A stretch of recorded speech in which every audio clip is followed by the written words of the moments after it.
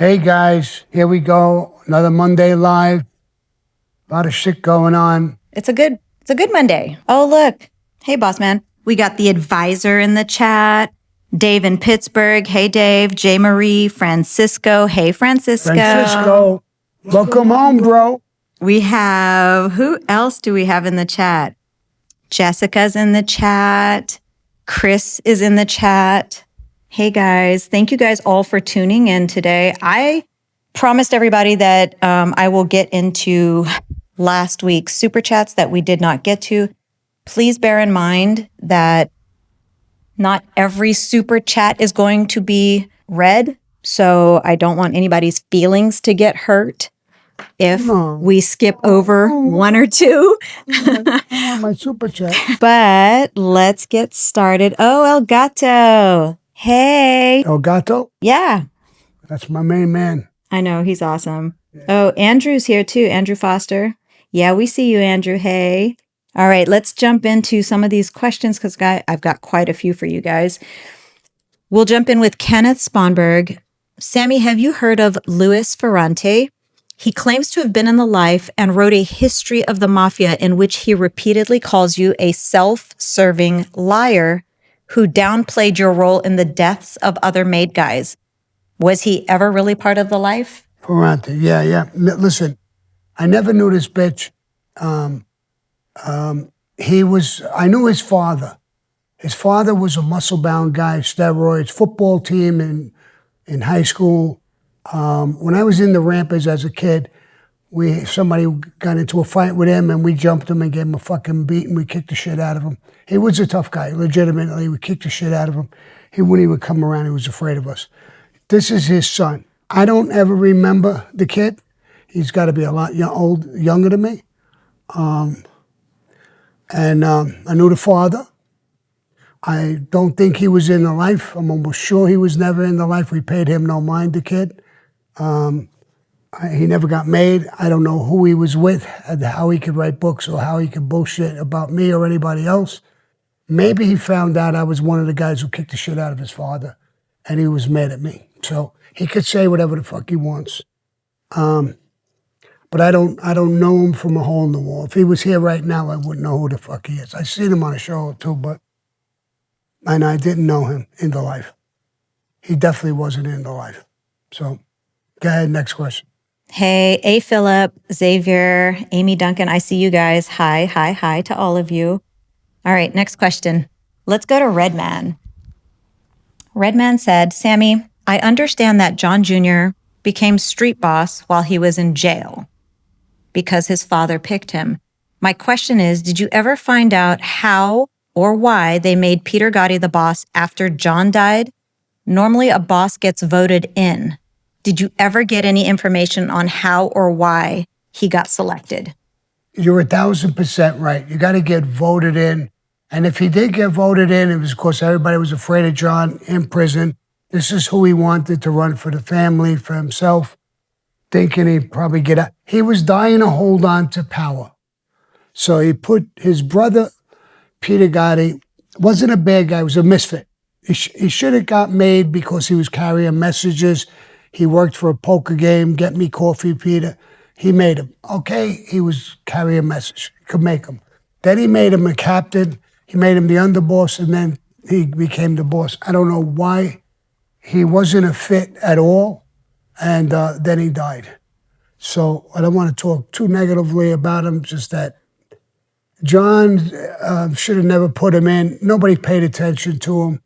Other guys wanted to come in, Little Nicky, Carrazzo. They should have picked Little Nicky for Carrazzo's my size, Little Nicky. Tough guy, smart guy, pretty fair. He's got a couple of brothers who were made, two brothers, Blast, and another one, I think, Jojo Carrazzo. He would have been a perfect fit, but they chose Peter Gotti and then John Jr. as the acting boss or something like that. It's crazy stuff. Another follow-up question to that. It's also from Redman. He says, also, does someone like Vic Amuso, who is still alive, but has been out of the streets forever, really still have a lot to say in what happens in the streets? Or does he just get to keep, his title out of respect? Yeah, I don't think, I think he's much older. I think he's very sick. He tried to get out on medical. They didn't let him out. He was part of a war. A pretty good guy. I knew Vic pretty good. They should give him a shot. There's a lot of guys a lot worse than him who got medical things, and he should get it. And I don't think he would have any say. He would probably go home and stay with his family, and I think they should let him out. We actually have a question straight from Algeria for you. Sammy, who is the most powerful mob boss you meet? Or who's the most powerful mob boss you've ever met, and why? There was a lot of powerful mob bosses if you go back far enough, but Chin stands out to me. Chin was a real powerhouse. He was for the rules, but no nonsense. You fucked around, you got killed. He was smart. He played the complete nut part that he was crazy, and for a long time it worked and it didn't. And he went to prison. He died in prison, but he was. I had a lot of meetings with Chin, different situations. I won't get into them all. And I thought he was very smart, man, and pretty fair. But he didn't take bullshit. I have another question for you. Actually, it's a pretty good question. Al Star in the chat says, do you know if any Greeks in the life, and then he says that they probably owned all the diners. There was a Greek organization that owned all the diners. To own a Greek diner, you had to be a Greek, or you had to be partners with a Greek. They ran it pretty good. It had nothing to do with the Mafia. It was a Greek thing. There was Greeks in the Mafia, a couple of them, tough guys. They were all tough guys and good guys. I don't remember all their names, but we got along pretty good with the Greeks. J. Marie in the super chat says, boss, let's say I was a made guy in the crew and I had to go away to college on a pinch for 6 months, but I have money on the streets and run a poker game. What happens to my collections and poker game? Well, somebody will obviously take over your poker game, one of your own guys, so that you can run it and you can get the full amount of money. There would still be a kick up. Whatever you were doing would continue. And if you had to take it'd be up to your crew to take care of you, not the family, the bosses and everybody, but they would protect what was yours. As long as your crew ran it and gave you the money or gave your wife the money or whatever, wherever you were. So it would run that way. If you were a good guy, it would stay with you. Okay, Sean Mark, this is from last week. Sean Mark says, would the mob do a hit for a trusted black guy? Yeah, he would have to be really trusted. And we had to like him a lot, and he had a problem, and we were helping him with a hit. Yeah, it could happen. It probably did happen. Native Atheist from last week asked, Sammy, did you ever run into Chuck Zito when you were in the life? No, I know who he is. No, I never ran into him. Zeppelin Mar, Sammy, did you know Vito Borelli, Paul Castellano's daughter's one-time boyfriend? Paul had Vito killed for saying Paul looked like Frank Perdue, the owner of Perdue Chicken. Listen, I'm going to have to take a couple of minutes to answer this question. He didn't get killed for that because he said that Paul looked like Frank Perdue, a chicken or something. No. Here's what happened, and I don't think I ever told this story, is that kid was going out with Paul's daughter. They were dating. They did something having sex, and he filmed it. And I don't think she knew. And then he went to her and told her, showed her the film, and said, I want $200,000 or I'll show everybody this film, including your father. She went to Paul and tried to borrow the $200,000 to give this guy the money. So when he said, sure, I could give you $200,000, but what's the reason? When she broke down crying and told him the reason, he says, "Don't worry about it. You won't need the 200,000." He put a hit out on him. Frankie DeChico and Joe Watts had the hit. Frankie DeChico made me aware of it. He says, "Sammy, if we need your help, stand by." I said, I'm ready. Just give me a holler. And I knew the story why he was getting hit. They hit him in New York. He went to a meeting. Frankie DeChico and Joe Watts killed him. And to get rid of him, because there's thousands of people on the street, they had Roy DeMeo there and his crew. They chopped him up in pieces and got rid of him. That's why he got killed. That's why he got killed. Not because he said something about Paul's looks. That was the reason. So,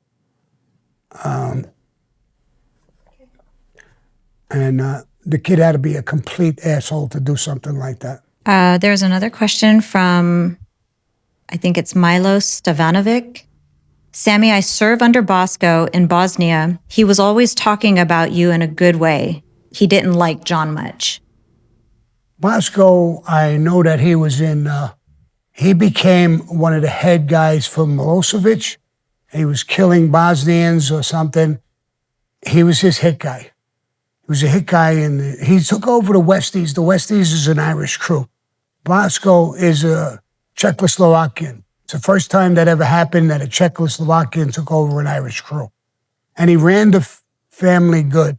I knew him very, very well. I know about the reporter who met him in Bosnia, and a reporter did a big article. And he got caught coming back into the country, and he was arrested. The government wanted to arrest him and flip him in the courts of international law. And the only guy who could put him away was me. I didn't testify against him, and he got released, and he went back to Bosnia in the wars. And he told that to the reporter, and he loved me. You're right. He definitely hated John. He didn't like John. He dealt with John through me. It was another thing that bothered John a lot. But he was a good guy, very good guy. Matter of fact, if you look into the history of it, me and him, it's actually true him, he had a guy on a jury panel, a jury foreman. We rigged the trial that John beat, one of the trials that he beat, because of him and me. I paid the guy $60,000, got him a job, did all kinds of things. You may remember that story. That's Bosco. A good guy, tough guy. Here's a guy who left the United States to go to war, to become a hit guy in a major war. You can imagine how tough this fucking guy was.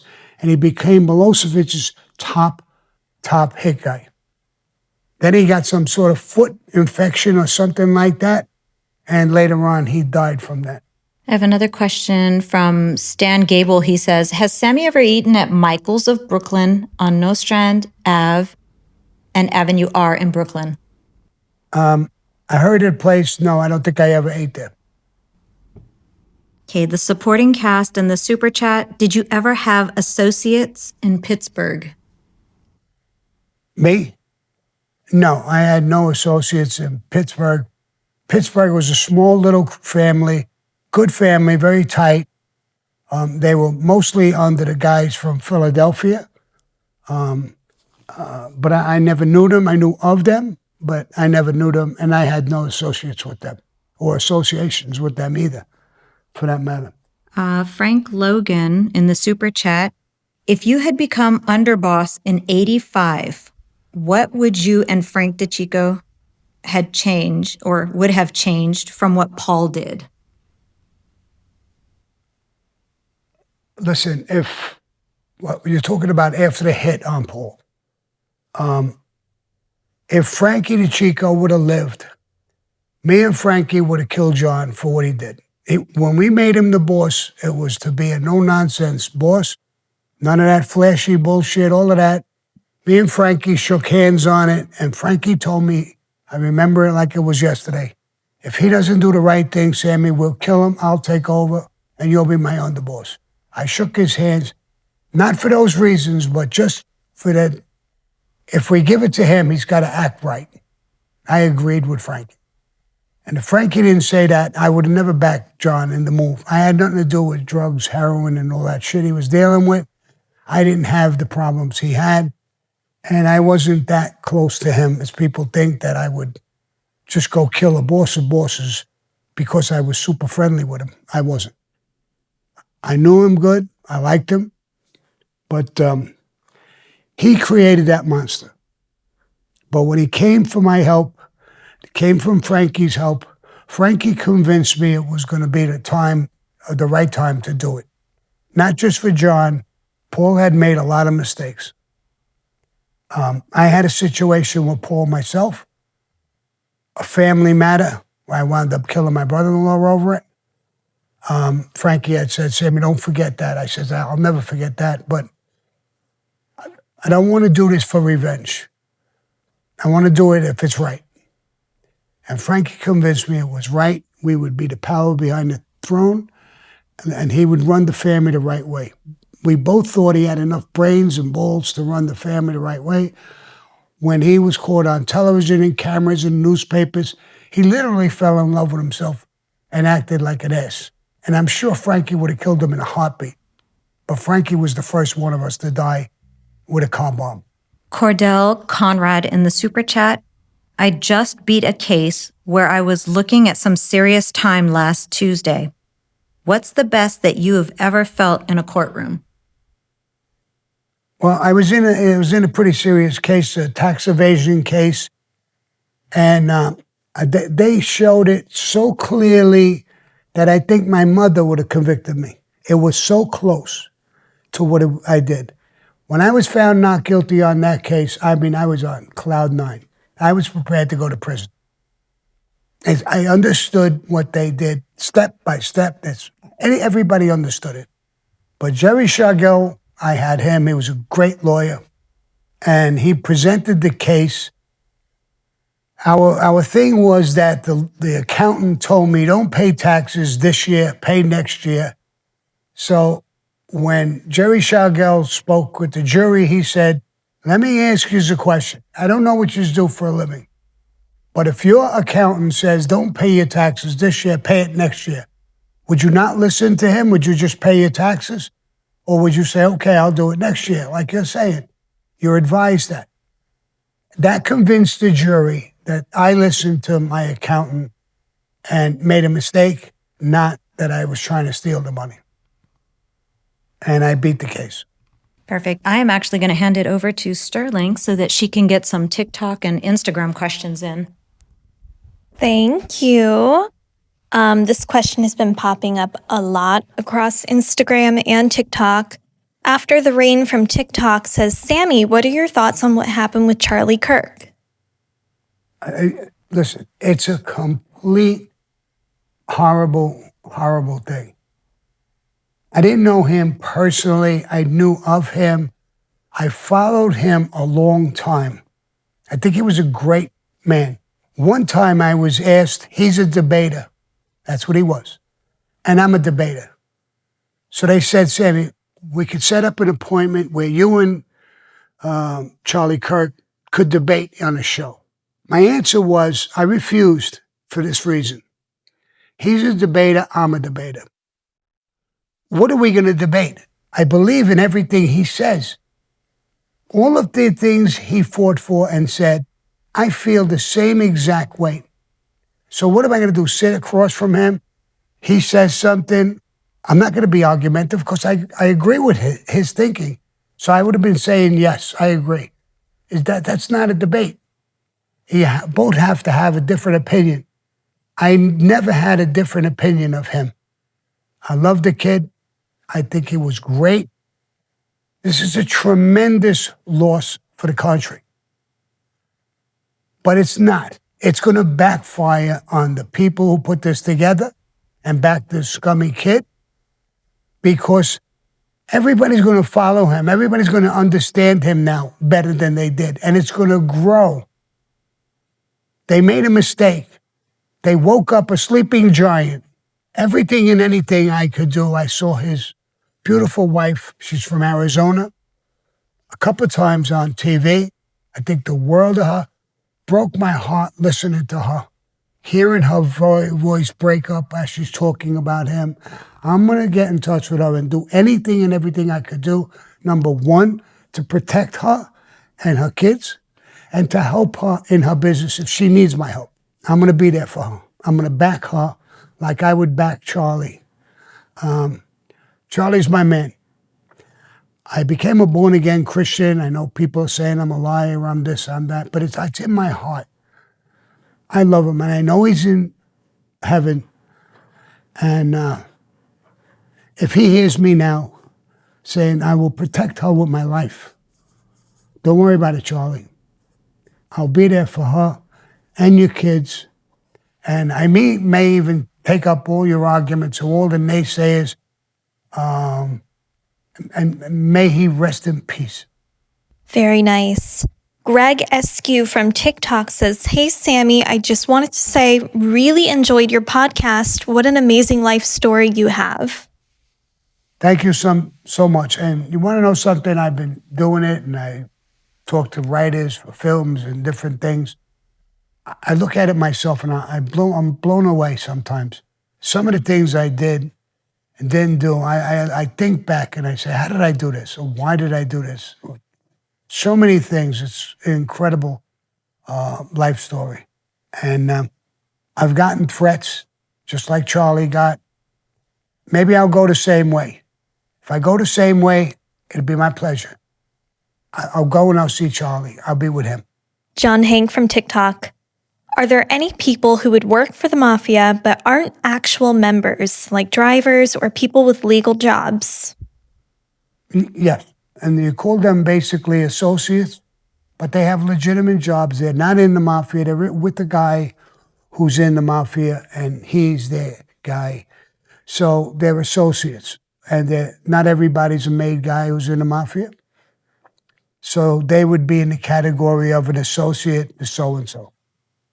So circling back to the Charlie Kirk situation, DC44 on TikTok says, "I'm with you, Sammy, retired cop and ready to support the cause. I'm a message away in case you ever need me." Thank you so much, bro. All right, our next question comes from Nolan, also on TikTok. "With all due respect, Sammy, did you ever know a man named George Barone? Not sure if I spelled it right, but blessings to you and your family." Thank you for the blessings to me and my family.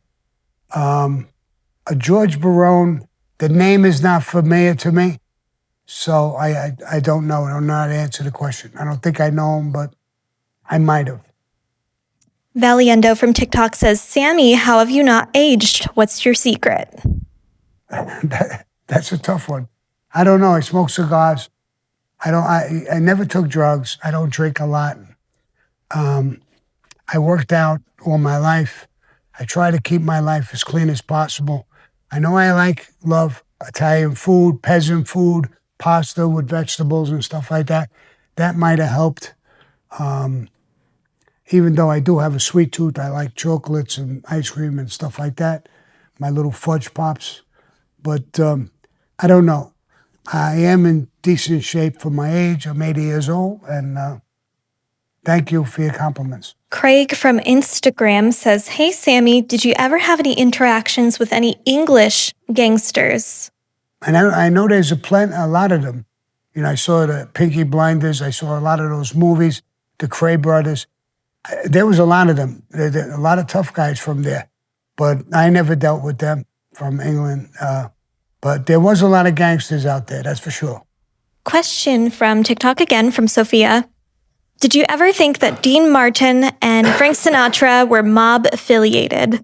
I knew they both were. The Rat Pack, there was not only Frank Sinatra and Dean Martin, Sammy Davis Jr., all of them, the Rat Pack, they were all connected with the Mafia.